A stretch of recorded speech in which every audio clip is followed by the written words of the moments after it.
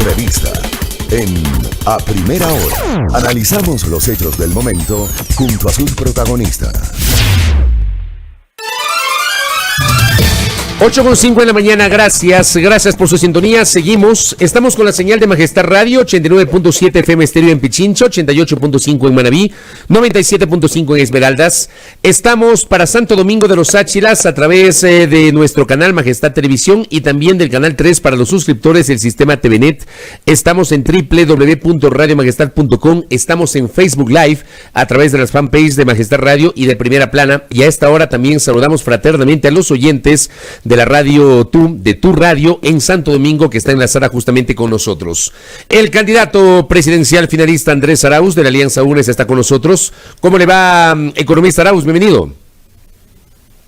Hola Fabricio, un saludo a toda la ciudadanía que nos escucha, un enorme abrazo a todos los ecuatorianos y en esta semana en donde hemos conmemorado la lucha histórica de las mujeres ecuatorianas, también ese compromiso, ese saludo de permanecer juntos en esta lucha. Gracias por atendernos. Andrés Arauz, quiero una reacción suya, quiero empezar esta entrevista solicitando una reacción suya a la postura que manejó su adversario de la segunda vuelta electoral, Guillermo Lasso, en una reunión que tuvo a inicios de esta semana con los observadores internacionales.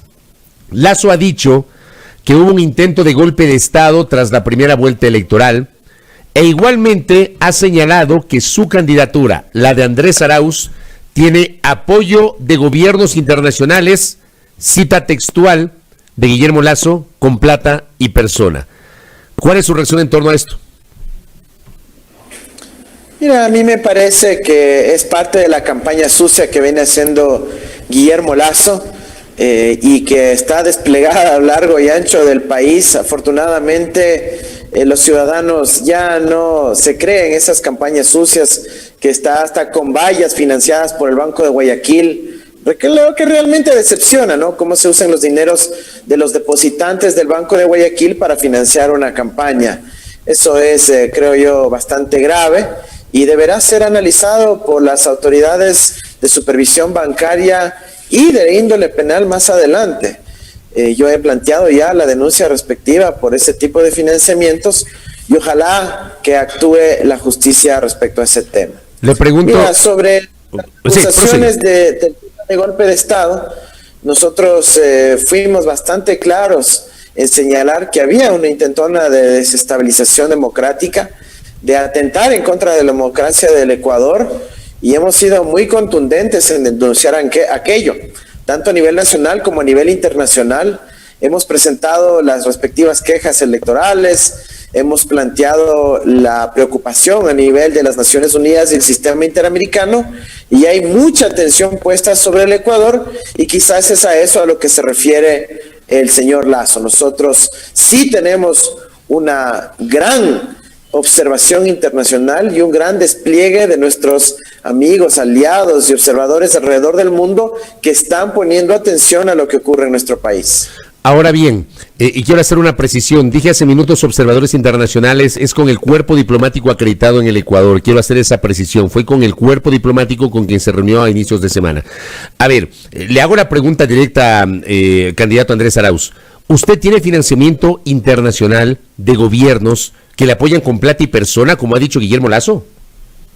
No, de ninguna manera, Fabricio. Nosotros hemos abierto una campaña de crowdfunding, de hacer vaca, como se dice en nuestra cultura, en nuestro país, para que la gente pueda realizar aportes a nuestra campaña. Hemos presentado todos los reportes de manera quincenal, totalmente disciplinada, a diferencia de la candidatura de Guillermo Lasso, que no ha presentado los reportes al Consejo Nacional Electoral. ¿Por qué nadie le pregunta por qué no envía los reportes de su campaña y su financiamiento al CNE? ¿Por qué nadie averigua sobre el Ibercostas, sobre los desvíos de los depositantes del Banco de Guayaquil para financiar su campaña? Eso es lo que tiene que ver el país y es más que obvio y evidente, incluyendo el rol del señor Iván Correa Calderón. O sea, usted tiene pruebas de que esos recursos de un banco privado del cual es accionista el candidato Guillermo Lasso se utilizan en su campaña electoral. Absolutamente, y las ha presentado ya en la Fiscalía. Usted presentó ya una denuncia en la Fiscalía. ¿En qué consiste esa denuncia? Sí. Sí, señor. Así es, yo presenté esa denuncia hace varios meses, pero yo no estoy ahí haciendo relajo ni escándalo sobre ello, sino simplemente que la justicia actúe. Así que esperamos que haya novedades por el bien del país en su investigación respecto a lo que se denomina peculado bancario, cuando se utilizan recursos de los depositantes o de accionistas minoritarios para pagar una campaña personal y no la del banco. Sobre el caso de su campaña electoral, candidato Andrés Arauz, aquí hubo, digamos, en su momento, hubo mucha exposición pública a un tema publicado por una revista internacional en Colombia, la revista Semana, sobre un supuesto financiamiento tipo préstamo de $80,000 del Ejército de Liberación Nacional a su campaña electoral. Digo, en un primer momento esto generó una gran viralidad en las redes, publicaciones de prensa, entrevistas, comentarios, etcétera. Vino acá pocos días después el fiscal de Colombia a intercambiar información con la fiscal. ¿En qué ha quedado eso? Y le quiero preguntar si usted alguna vez fue llamado a declarar o la fiscalía le pidió cuentas sobre este tema dentro de la indagación previa que se entiende está llevando adelante.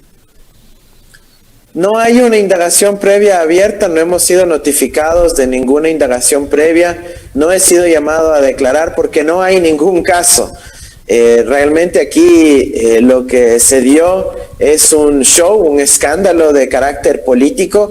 Hemos presentado una observación a las Naciones Unidas y el relator especial para la independencia judicial de las Naciones Unidas se pronunció tajantemente hace pocos días diciendo que ya dejen de interferir autoridades judiciales en el proceso electoral ecuatoriano. Entonces nosotros más bien ahí estamos muy tranquilos porque toda la información que ha surgido de la revista Semana ha sido ya desmentida categóricamente. Ecuatorianos sepan que ahí dicen que la reunión supuestamente entre alguien del ELN y alguien delegado por mí se había dado en febrero del 2020. Se había dado en febrero del 2020. Ecuatorianos, por favor, simplemente es cuestión de aplicar la lógica. En febrero del 2020 yo no era candidato. Yo me encontraba en México realizando mis estudios de doctorado y nadie en el país tenía previsto que yo sea el candidato a la presidencia de la República. Así que solo ese hecho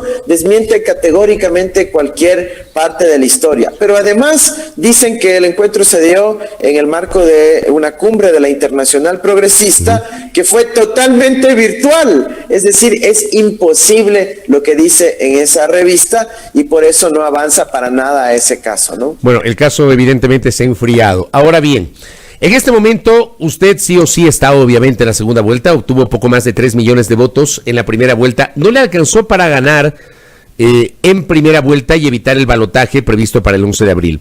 Su rival a esta hora es Guillermo Lasso. Y digo a esta hora porque, claro, hay un recurso subjetivo presentado por Yacu Pérez, quien insiste en un recuento de un gran porcentaje de actas que a su juicio tienen irregularidades. El Consejo Nacional Electoral dio paso a la revisión de apenas 31 actas de 27,000 que había presentado Yacu Pérez. El CNE dio sus argumentos para haber únicamente autorizado el recuento de las 31 y Yacu Pérez presentó la reclamación posterior al Tribunal Contencioso Electoral. El tema es, ha sido admitido al trámite esta reclamación.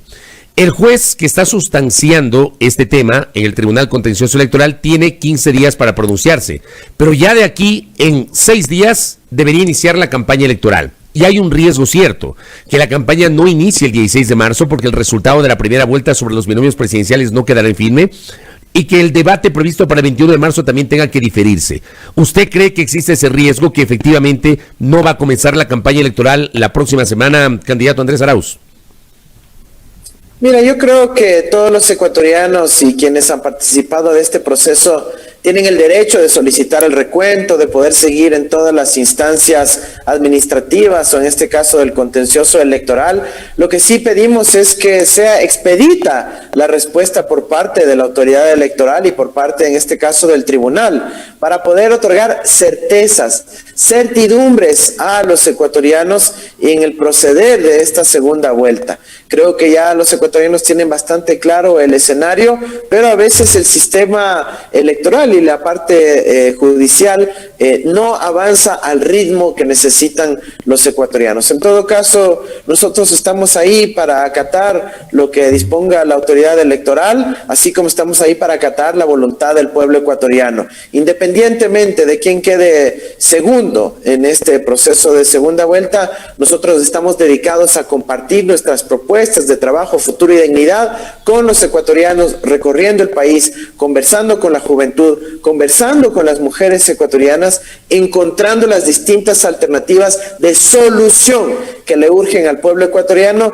y no enfrascarnos en peleas o en dimes y diretes como quizás aspiran algunos otros candidatos. ¿Usted no tendría problema entonces en que eventualmente se reduzca el tiempo de la campaña, que de hecho ya es corto, entre el 16 de marzo y el 8 de abril? Estamos hablando de menos de un mes, 3 semanas más o menos. ¿No tendría problema en que se reduzca ese tiempo, tomando en cuenta que los resultados no están en firme y veo poco probable que hasta el martes de la próxima semana queden en firme?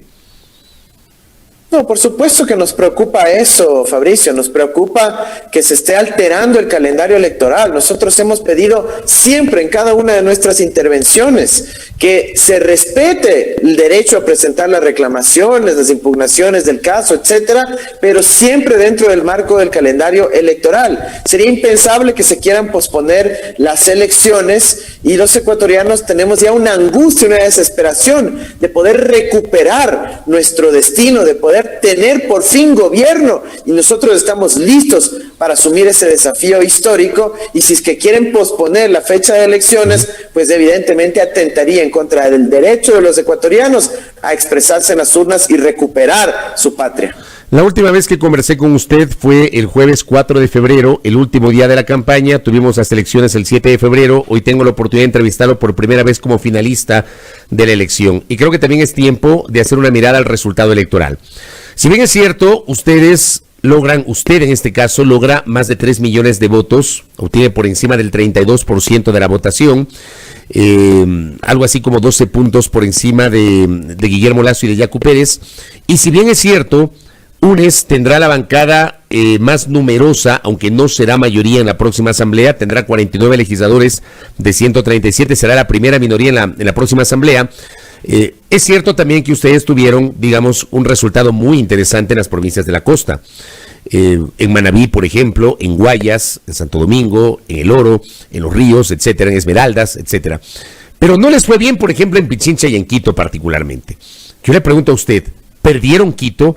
Y le hago esta pregunta si ato el resultado de esta elección al comportamiento electoral de 2019, cuando de 21 concejales ganaron 9 y la candidata de la Revolución Ciudadana, Luisa Maldonado, estuvo muy cerca de convertirse en alcaldesa de Quito. ¿Perdieron Quito? ¿Perdieron Pichincha, candidato Arauz? Mira, la primera reflexión que debemos hacer sobre el proceso electoral del 7 de febrero es que las fuerzas neoliberales y quienes han venido gobernando con Moreno fueron sepultadas. No lograron más de 20% quienes que gobernaron, y los diversos candidatos del gobierno de Moreno no sacaron más del 4% sumados todos juntos. Esa es la primera lección. La segunda es que la gran mayoría de ecuatorianos, cerca del 70%, optaron por opciones del centro hacia la izquierda, del progresismo, de la unidad plurinacional y de la socialdemocracia. Y ese resultado es una gran guía para lo que necesita nuestro país en esta fase de recuperación de la pandemia, de solución de las crisis. Esta misma lógica se replica en la ciudad de Quito.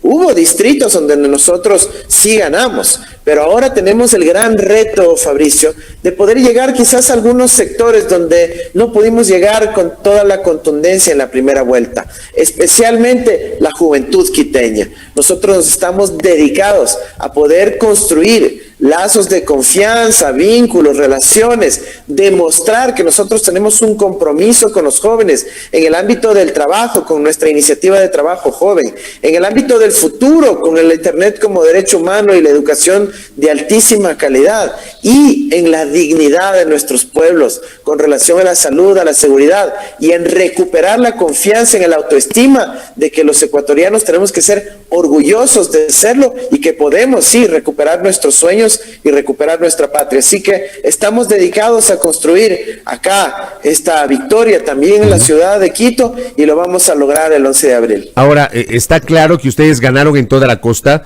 pero no ganaron en la sierra, no ganaron en la región amazónica y no ganaron en la región insular. ¿Qué lectura le da usted a ese resultado, al hecho de que, digamos, habiendo obtenido más de 3 millones de votos, terminan ganando solamente en una región y no logran, obviamente, ganar en las otras 3 regiones del país, candidato Andrés Arauz? Bien, Fabricio, los resultados de la fuerza progresista de la Unión por la Esperanza son bastante buenos a nivel nacional. Dicen, no ganamos porque no sacamos la mayor votación que el resto, pero tuvimos una votación consistente en todo el Ecuador. Somos un proyecto nacional, a diferencia de otras iniciativas o movimientos políticos que solo están afincados en ciertos territorios, en ciertos cantones, en ciertas provincias.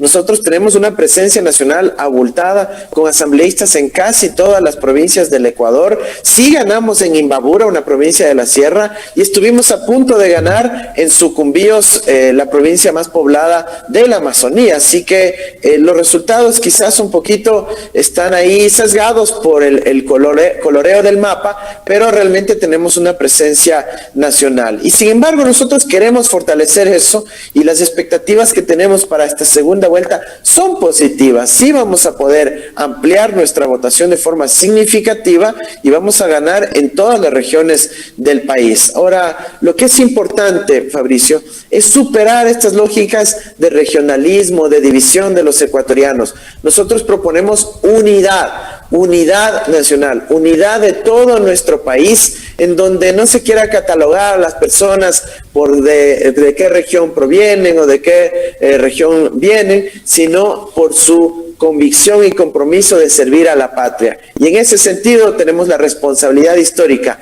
en la Asamblea y luego de nuestra victoria el 11 de abril en el Ejecutivo de poder construir este gran proyecto de unidad, no sobre la base del odio y las viejas rencillas, sino sobre la base de los retos que tenemos los ecuatorianos de superar la crisis sanitaria y la crisis económica. Candidato Andrés Arauz, uno de los señalamientos recurrentes que tiene usted y su propuesta de campaña en caso de llegar a la presidencia de la República es la relación del Ejecutivo con el Banco Central del Ecuador y el uso de los recursos del Banco Central del Ecuador. Esto ha generado una gran discusión y está claro que aquí hay un segmento de la opinión pública, particularmente economistas y líderes de opinión, que cuestionan la posibilidad de que se tomen recursos del Banco Central del Ecuador para, por ejemplo, financiar el proyecto estrella que usted había anunciado en la primera vuelta, que es entregar $1,000 a 1 millón de familias ecuatorianas en el primer tramo de su administración gubernamental. ¿Qué explicación le da usted a este tema? O sea, ¿con qué argumento usted podría disponer la utilización de esos recursos del Banco Central? Fabricio, nosotros hemos sido consistentes y coherentes en nuestra explicación.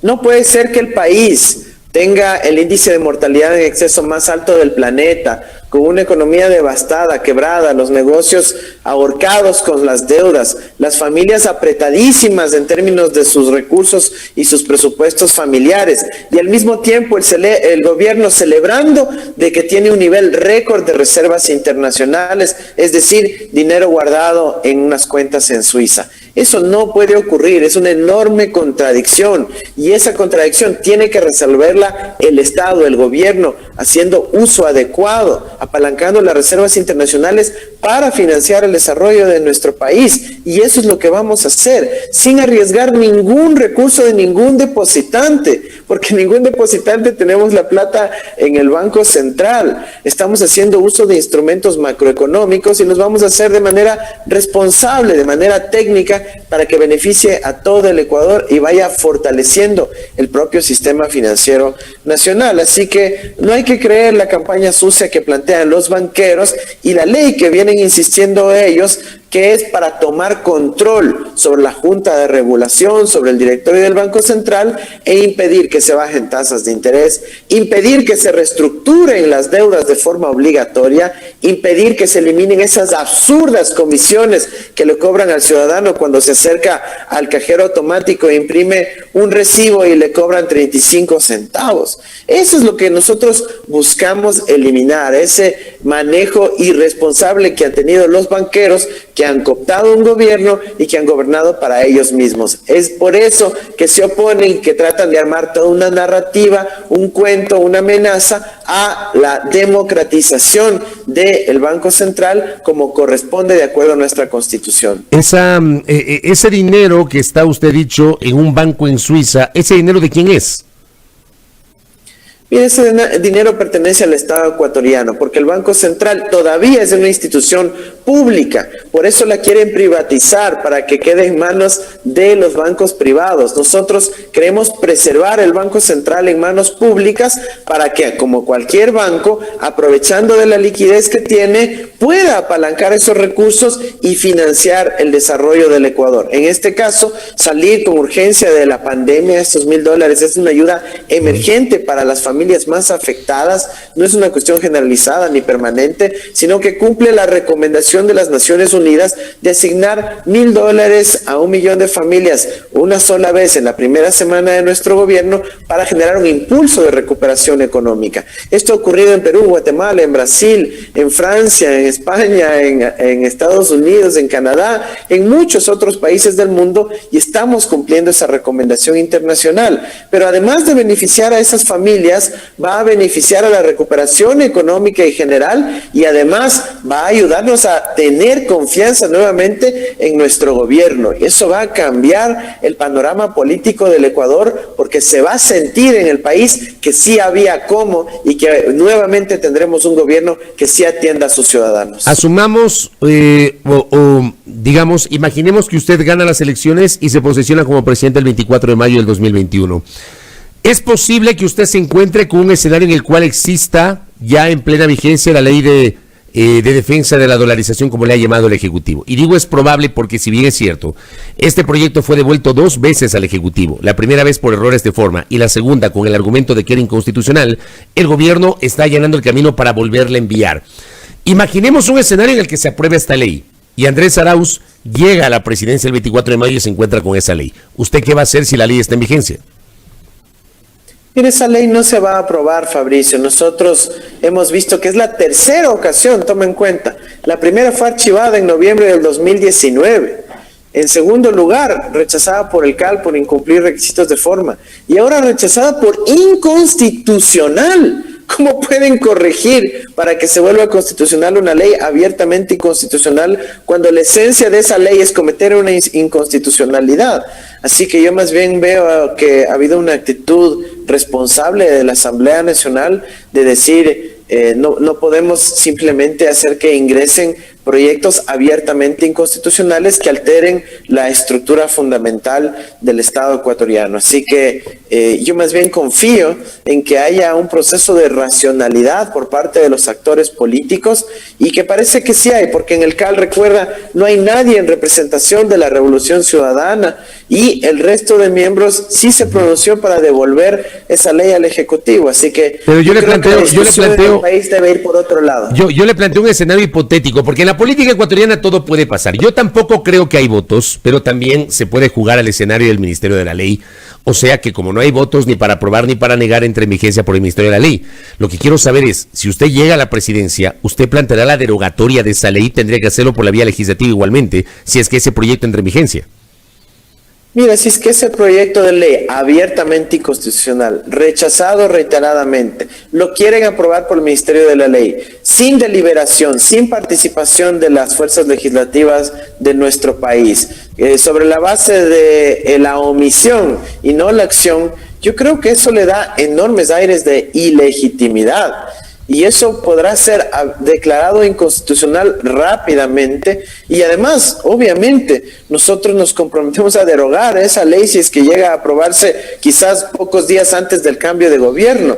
Pero yo creo que por todas estas razones, un gobernante que tiene racionalidad, un ministro que tiene racionalidad, una asamblea que tiene racionalidad, no van a dar paso en el marco de pues los 2 últimos meses del gobierno. Candidato Andrés Arauz, en la parte final de este diálogo, y quiero comprometerle para que volvamos a tener otra entrevista en el curso justamente de la campaña de la segunda vuelta electoral, ¿cuál va a ser su relación con Venezuela y por qué le hago esta pregunta? Ayer se viralizó un video. Claramente ese video estaba editado, había un montaje ahí, claramente, pero sí creo que es importante que el país conozca cuál será su posición sobre Venezuela. Creo que este es un tema sobre el cual el país necesita una respuesta contundente en este sentido. Candidato.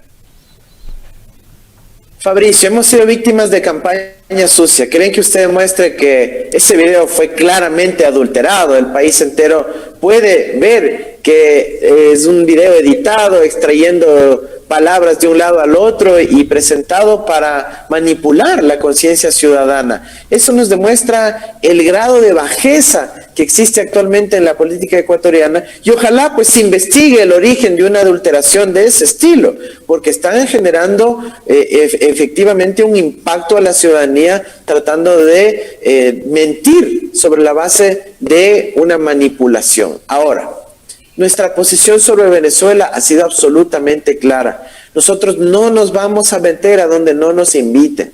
Nosotros respetamos el principio de autodeterminación de los pueblos. Nosotros buscamos el desarrollo del Ecuador y de los ecuatorianos. No me interesa lo que esté ocurriendo en otras partes del mundo con relación a sus procesos internos. Nosotros vamos a dedicarnos al Ecuador. Esa es nuestra prioridad, a eso nos vamos a dedicar y lo vamos a hacer muy bien y de forma rápida a partir del 24 de mayo. Pero usted reconstituirá la relación diplomática con Venezuela, porque acuérdense que el gobierno ecuatoriano reconoció a Guaidó y no a Maduro como presidente. Mira, el gobierno ecuatoriano ahorita ya tiene relaciones diplomáticas y consulares con el gobierno venezolano, porque esa es la vida real. Tienen que intercambiar documentos, hacer apostillas, hacer procesos de notarización. Los consulados están trabajando activamente y regularmente, al punto que el proceso electoral en Venezuela, en donde los ecuatorianos migrantes que viven allá votaron en el consulado del Ecuador de forma normal. Así que yo creo que eso es un hecho evidente y obvio y ni siquiera merece una interpretación o un análisis más allá de aquel. Correcto. Andrés Arauz, le quiero agradecer y nuevamente comprometer para que nos vuelva a atender y seguir profundizando en los temas de la campaña de la segunda vuelta. Muy amable, que tenga un buen día.